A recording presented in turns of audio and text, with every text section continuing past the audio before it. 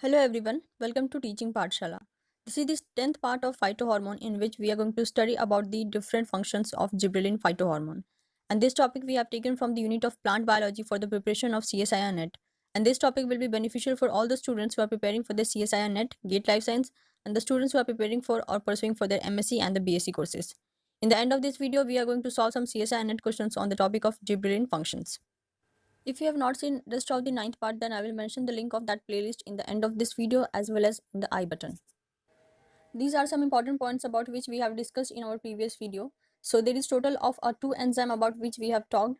First is the GA20 oxidase, which used to help in the conversion of the C20 gibberellic acid into a C19 gibberellic acid. Okay, that means it is going to help in the oxidation process in which there will be the removal of one carbon in the form of a CO2. The next enzyme was the GA3 oxidase, which used to function as a 3-beta hydroxylase, and its function is to add a hydroxyl group on the third carbon of a GA20 to convert it into an active form, which is a GA1. The third new enzyme is the GA2 oxidase, which and function of this enzyme is to inactivate this GA1 by catalyzing the addition of a hydroxyl group to carbon number 2. So I have already informed you in my previous video that the hydroxylation or the specific hydroxylation at a specific location of a carbon is very necessary for the activeness of a gibberellic acid. If there is a mismatching or there will be the incorrect hydroxylation at some other carbon, there will be the no activation of that gibberellic acid. So that is why this hydroxylation is very specific depending upon the position of a carbon. So in the previous line, you have seen that there is addition of a hydroxyl group at the specific carbon, that is the carbon number 3. But if instead of carbon number 3, if the hydroxylation is going to occur on the carbon number 2, then there will be the inactivation of a gibberellic acid, that is the GA1, instead of activation. So for exam point of view, this is very important. So that is why you have to remember all the function of these enzymes. Now we are going to start with the biological function of a gibberellic acid, or you can say it as a gibberellin phytohormone. So the first function is the increase in a internode length. Okay, and you know that what is internode length? If there is a two branches in a particular plant, so the distance between that two branches will be regarded as the internode length. Fine. So in the figure you can see that in the first figure there is a no internode. Okay, that means no internode length. So it has been mentioned that the first, that is show a plant lacking a gibberellin and has an internode length of a 0, as well as it is a dwarf plant. So as because there is a absence of gibberellin in this plant, that is why there is a no internode length, and that is why this plant will be very small in height. Okay, and that is why we are saying it as a dwarf plant. The second plant that you can see that it used to show an average plant with a moderate amount of a gibberellin and an average internode length. So the second plant is going to have a little amount of a gibberellin production, and that is why there is a internode length is there, but in a very small amount, you can say, or in a very small size. So somehow it is indicating that there is an average production of a gibberellin in the plant number 2. But if we talk about the plant number 3, so this plant with is showing a large amount of a gibberellin, and so has a much longer internode length because gibberellin promote the cell division in the stem. So this is indicating that there is a large amount of a gibberellin production in the plant number 3, and that is why there is a large internodal length between the two branches of a plant. And this is an indication that there is a high amount of a gibberellin production in this plant, which is going to promote the cell division in a stem, and as a result there will be the increase in the internodal length.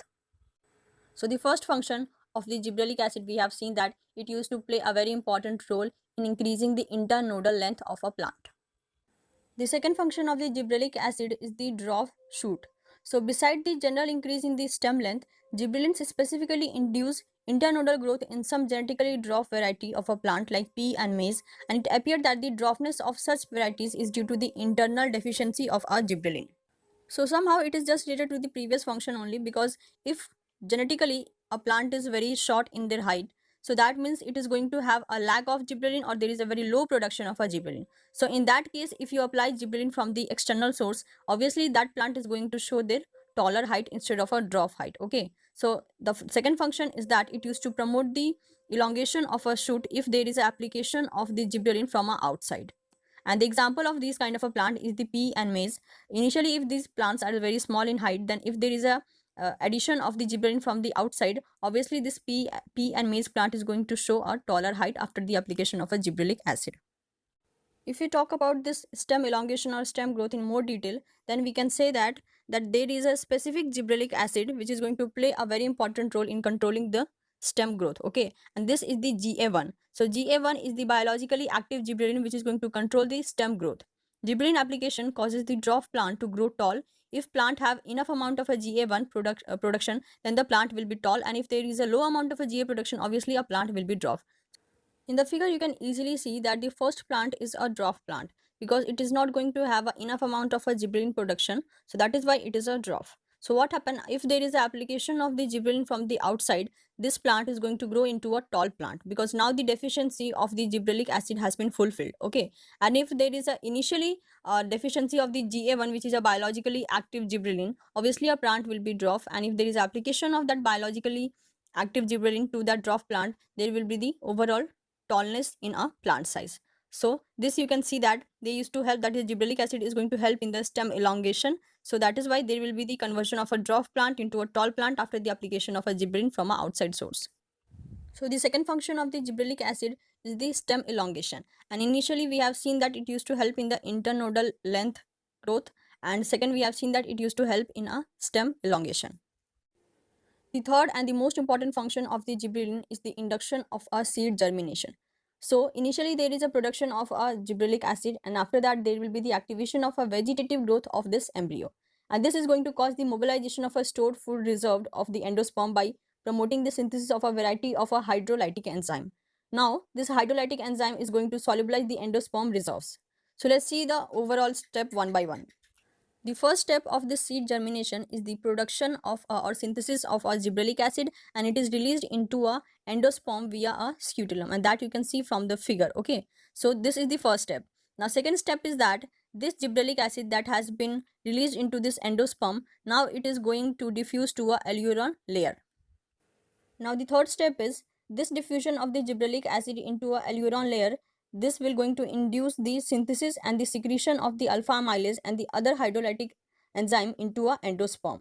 Now in the first step, what will happen? The starch and the other macromolecule are broken down to a small molecules, and then this endosperm solutes are absorbed by the scutellum and transported to the growing embryo. In this way, you have seen that initially this embryo that you can see in the figure, this has produced the gibberellic acid, and this gibberellic acid has been released into the endosperm.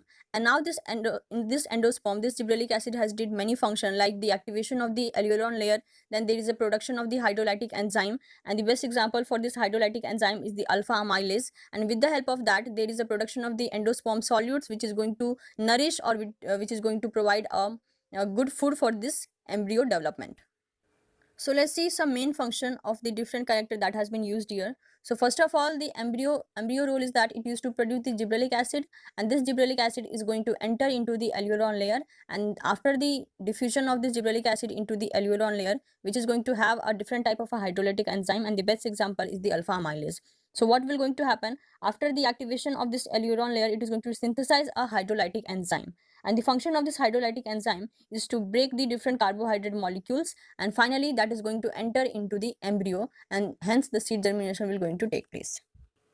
This endosperm of this embryo is going to be composed of a total two type of a tissue. First tissue is the starchy endosperm, and second will be the alluron layer. The different type of a hydrolytic enzyme is going to be present in this alluron layer, and after the activation of the hydrolytic enzyme, then they are going to enter into a endosperm. Okay, not before that. The figure which is there in front of you, it is the figure of a barley seed, okay, which is a type of a monocot plant. The main function of the alpha amylase is to hydrolyze the starch into a small molecule of a sugar, and that is going to be served to that seed for their germination. One more important point is that you can see in the figure there is a presence of a scutellum. So what is this scutellum? So it is a specialized absorptive organ of a embryo, okay, and its function is to absorb the solubilized food reserve from the endosperm and transmit them to a growing embryo. If a question comes like that, which part of the embryo is going to play in the role of a transport of the different material from one side to the another, so it will be a scutellum. In monocot seed, the embryo radicle and the cotyledon are covered by a coleorhiza and a coleoptile respectively. The coleorhiza is the first part to grow out of the seed, followed by the radicle. The coleoptile is then pushed up through the ground until it reaches the surface. So there it stops elongating and the first leaves is going to emerge.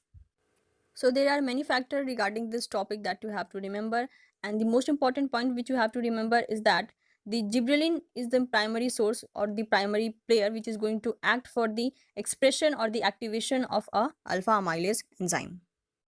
The next function of the gibberellic acid is in a bolting process. So first question is that what is bolting? So whenever there is a elongation of a stem in the rosette plant, at that time we used to call it as a bolting. So what is a rosette plant?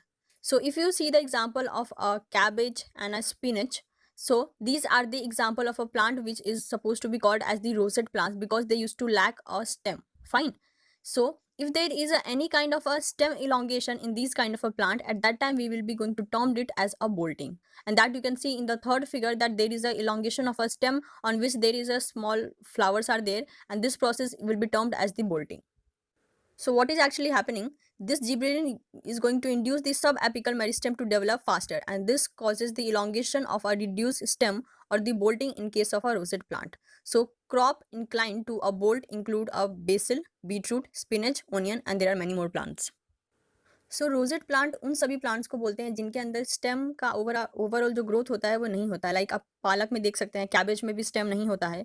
तो ये सारी कुछ ऐसे plants हैं जिसमें कि आपको stem देखने को नहीं मिलेगा, सिर्फ लीव्स मिलेंगी। ओके, तो अगर ऐसे प्लांट में अगर हम चाहते हैं कि कोई एक स्टेम का इलॉन्गेशन हो जिसकी वजह से फ्लावर का फॉर्मेशन हो, तो इस प्रोसेस को हम बोल्टिंग बोलते हैं। मतलब कि हम क्या चाहते हैं कि स्टेम का इलॉन्गेशन हो उस पर्टिकुलर प्लांट से जो कि सिर्फ और सिर्फ लीव्स को जनरेट करते हैं, तो इस प्रोसेस को हम लोग बोल्टिंग कहते हैं।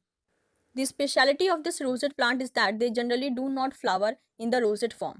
So, just before the flowering, these plants show extensive internodal elongation, and the process by which they used to do is called the bolting.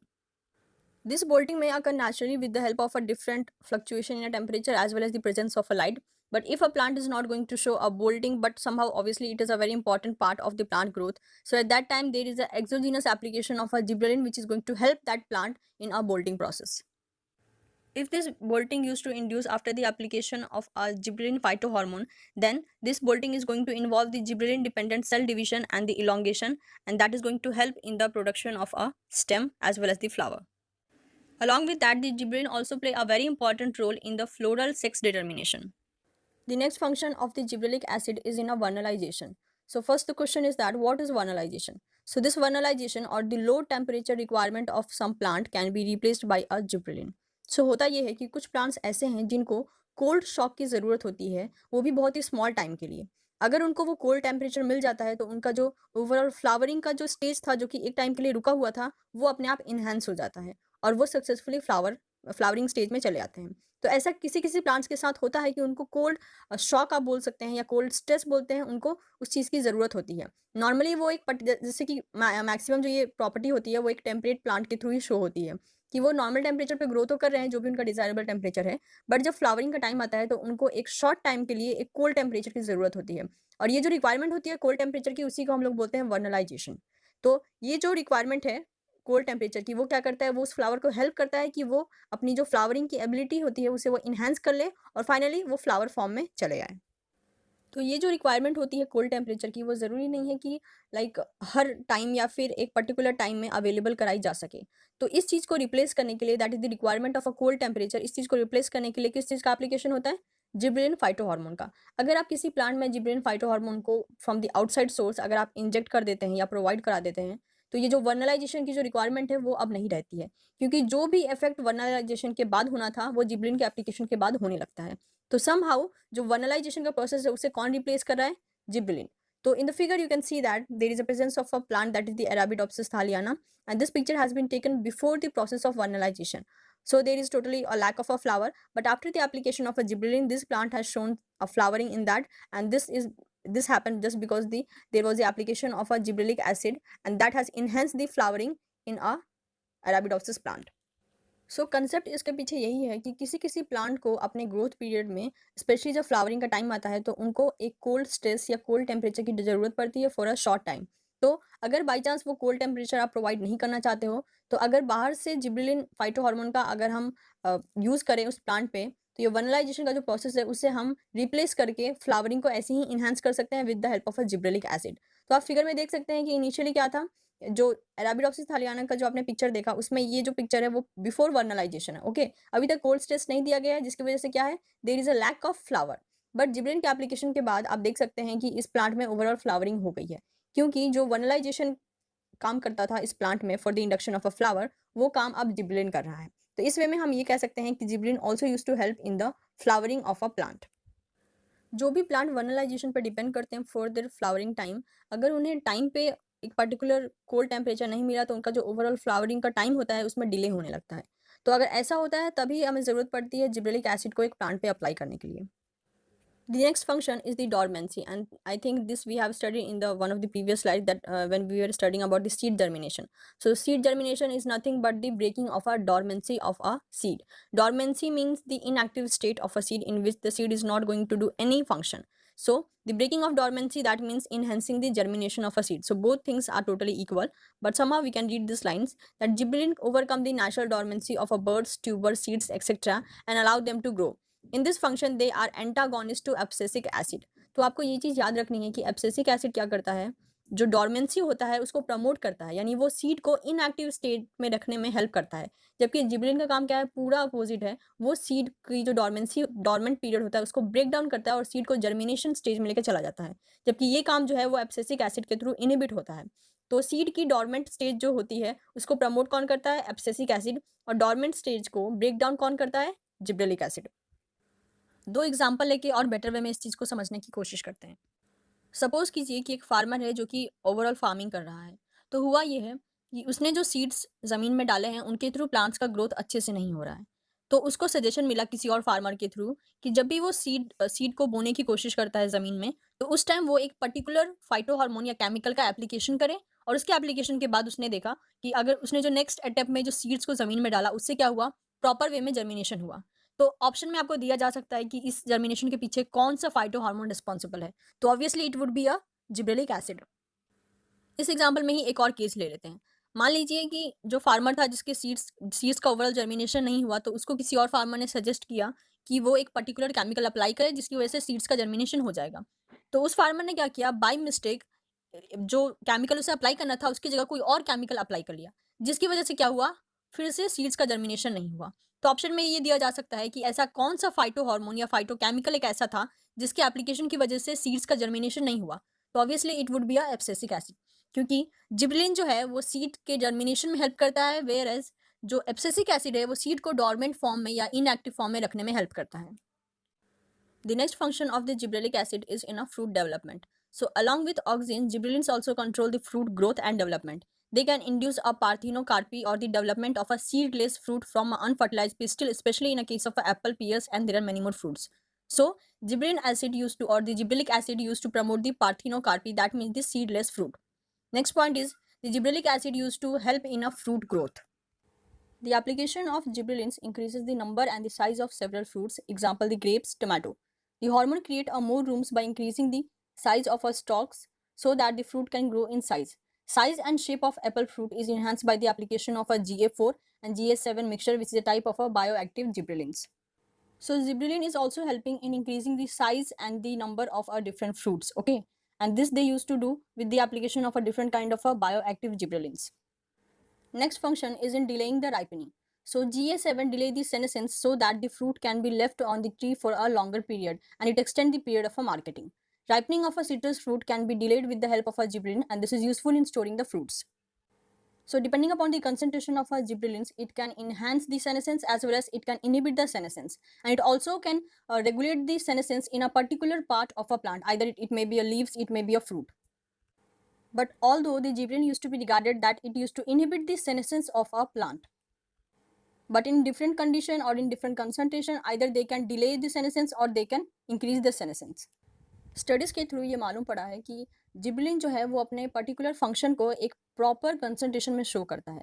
Like हर एक चीज़ पे उसका एक्शन करने का एक प्रॉपर कंसंट्रेशन है। अगर उस कंसंट्रेशन से आप 2 to 3 टाइम्स अगर ज़्यादा कंसंट्रेशन उस पर्टिकुलर प्लांट पे अप्लाई कर देते हैं, तो वो पॉजिटिवली फंक्शन करने की बजाय वो नेगेटिवली रेगुलेट करने लगेगा उस चीज़ को। जस्ट फॉर एग्जाम्पल आप एक कंसिडर कर लीजिए कि मान लीजिए कि 1 माइक्रोमोलर जो है कंसंट्रेशन जिबरेलिन का, वो हेल्प करता है फ्लावरिंग में। लेकिन अगर आप 1 मोलर से ज़्यादा, दैट इज 5 माइक्रोमोलर अगर आप अप्लाई कर देते हो प्लांट में, तो वो फ्लावरिंग नहीं करेगा। इनफैक्ट ये भी देखा गया है कि अगर ज़्यादा कंसंट्रेशन हो जा रहा है जिबरेलिन का, तो वो अपने फंक्शन के जस्ट अपोजिट काम करने लग रहा है। यानी अगर 1 माइक्रोमोलर फ्लावरिंग को इनहेंस कर रहा है, तो 5 माइक्रोमोलर क्या करेगा, उस फ्लावरिंग को इनहिबिट करने लगेगा। तो जो ओवरऑल एक्शन है जिबरेलिन का वो टोटली कंसंट्रेशन पर डिपेंड करता है कि कितने कंसंट्रेशन में वो कैसे काम कर रहा है। तो जिबरेलिन की हेल्प से हम किसी भी फ्रूट का जो राइपनिंग पीरियड है उसको हम डिले करा सकते हैं। और जो एक पर्टिकुलर जिबरेलिन जो यूज़ होता है वो है GA7। ओके, इसके अलावा भी काफ़ी यूज़ होते हैं, बट यहाँ पे जस्ट फॉर एग्जांपल GA7 का एग्जांपल लेकर समझाया गया है। The next function is the malt production. So gibberellin, mainly the GA3, it used to increase the yield of a malt from a barley grains. This is the summary of all the different functions which we have studied in the previous slide, and like I have kept this slide for the recollection. So if you want, you can pause the video and you can go through that. Let's move to the first question which I have taken from the CSIR-NET 2014. So the question is, which one of the following statement regarding the seed germination of a wild type plant is not correct? So you have to pick the wrong statement from the given option. Okay, so let's start with that. The first statement is the low abscisic acid and the high bioactive GA, that is the gibberellic acid, can break the seed dormancy. Obviously this is totally correct, because if there is a low abscisic acid, then there will be the absence of that factor which is going to promote the seed dormancy, and there is a presence of a high gibberellic acid. That means it is going to break the seed dormancy and it is going to enhance the seed germination. So first option is totally correct. Second option is the light accompanied with a high temperature can break the seed dormancy. This statement is totally wrong, because अगर ऐसा होता तो आपको gibberellin बाहर से apply करने की जरूरत नहीं पड़ती, या फिर एम्ब्रियो के थ्रू वो प्रोड्यूस नहीं होता. सो सेकंड स्टेटमेंट जो है वो टोटली गलत है. Third statement, gibberellic acid induces the synthesis of a hydrolytic enzyme in a cereal grain. This option is totally correct, and I think there is nothing to explain in that, because I have already explained all these points in the portion when we were studying about the seed germination. The fourth point is degradation of a carbohydrates and the storage protein provide the nourishment and the energy to support seedling growth. Obviously, that is why there was a production of the hydrolytic enzymes like the alpha amylase, and this alpha amylase is going to break the starchy material, and finally that starch is going to convert into a sugar molecule that is going to help or nourish the seed so that it can become germinated. So fourth option is also true. So the wrong option is the second option. So our correct answer is the answer number 2. The second question is from CSIR-NET 2015. So the question is, gibberellic acid control the seed germination by directing breakdown of the stored starch. In which one of the following tissue of the barley seed alpha amylase gene is induced in response to the gibberellic acid? So first of all, what you have to remember is that there is total of a 2 tissue in a seed. First is the endosperm and second is the alveolar layer. So, and second thing which you have to see, that they are asking about that which tissue is going to have the alpha amylase gene. So obviously it would be a alveolar layer, because initially there is a presence of the all hydrolytic enzyme in the alveolar layer, and after the diffusion of the gibberellic acid, these enzymes get activated and then they travel to the endosperm. So the tissue which is going to have this alpha amylase enzyme is the alveolar layer. So the correct answer will be the answer number 3. So you can easily eliminate the rest of the option like the endosperm, coleoptile and embryo. Fine, because alpha amylase is going to be present in a specific region, that is the alveolar layer, and after the activation they are going to enter in the endosperm. So initially they are present in the in a alveolar layer. There they are supposed to be activated by the gibberellic acid, and after the activation they used to travel to the endosperm of a seed. The next question is from CSIR-NET 2017 December. So the question is, the plant hormone which is a gibberellic acid is generally not associated with. So they have given a list of the different function, and you have to pick that which function is not going to belong to a gibberellic acid. So first option is the stem elongation. Obviously it is going to help in the stem elongation as well as the internodal length increase. So first option is totally correct. Second option is the parthenocarpy. Obviously it is going to help in a fruit development by following the parthenocarpy, which is one of the process of generation of a fruit without the seed. So first and second option both are correct. That means obviously this two function has been performed by a gibberellic acid. Third function is parthenogenesis. This option is not true, because gibberellic acid used to induce the parthenocarpy, not the parthenogenesis. In the yellow portion, I have kept a note that what is the difference between a parthenocarpy and the parthenogenesis. So parthenocarpy is the production of fruits which are mainly the seedless. Okay, so parthenocarpy is the production of a fruit from the unfertilized ovule in a plant. The fruit produced by a parthenocarpy do not contain seeds. For example, seedless watermelon and orange. Whereas the parthenogenesis is a type of a reproduction in which the ovum develops into an individual without the fertilization. So parthenocarpy is a production of a seedless fruit, whereas the parthenogenesis is a type of a reproduction. So the function of parthenogenesis is not going to be performed by a gibberellic acid. So this option is totally wrong. The fourth option is the malt production. Obviously, it is going to help in the malt production, and that we have already read in, I think, last slide of the function. So the correct answer is the answer number 1, 2 and 4, and the wrong option is the parthenogenesis, that is the third option. So our correct answer is the answer number 3. With this, we have completed the whole portion of gibberellic acid along with the biosynthesis, function, their different mode of action, and lastly, we have studied about the signaling pathway of a gibberellic acid. In the next video, we are going to study about the cytokinin plant hormone. I hope this video was helpful for you. You can share this video with your friends who are preparing for the CSIR-NET examination. And if you are new to my channel, you can subscribe my channel for getting more different videos on CSIR-NET, GATE, and don't forget to hit that bell icon so that you will be notified with my each and every new video uploads. Thank you for watching this video.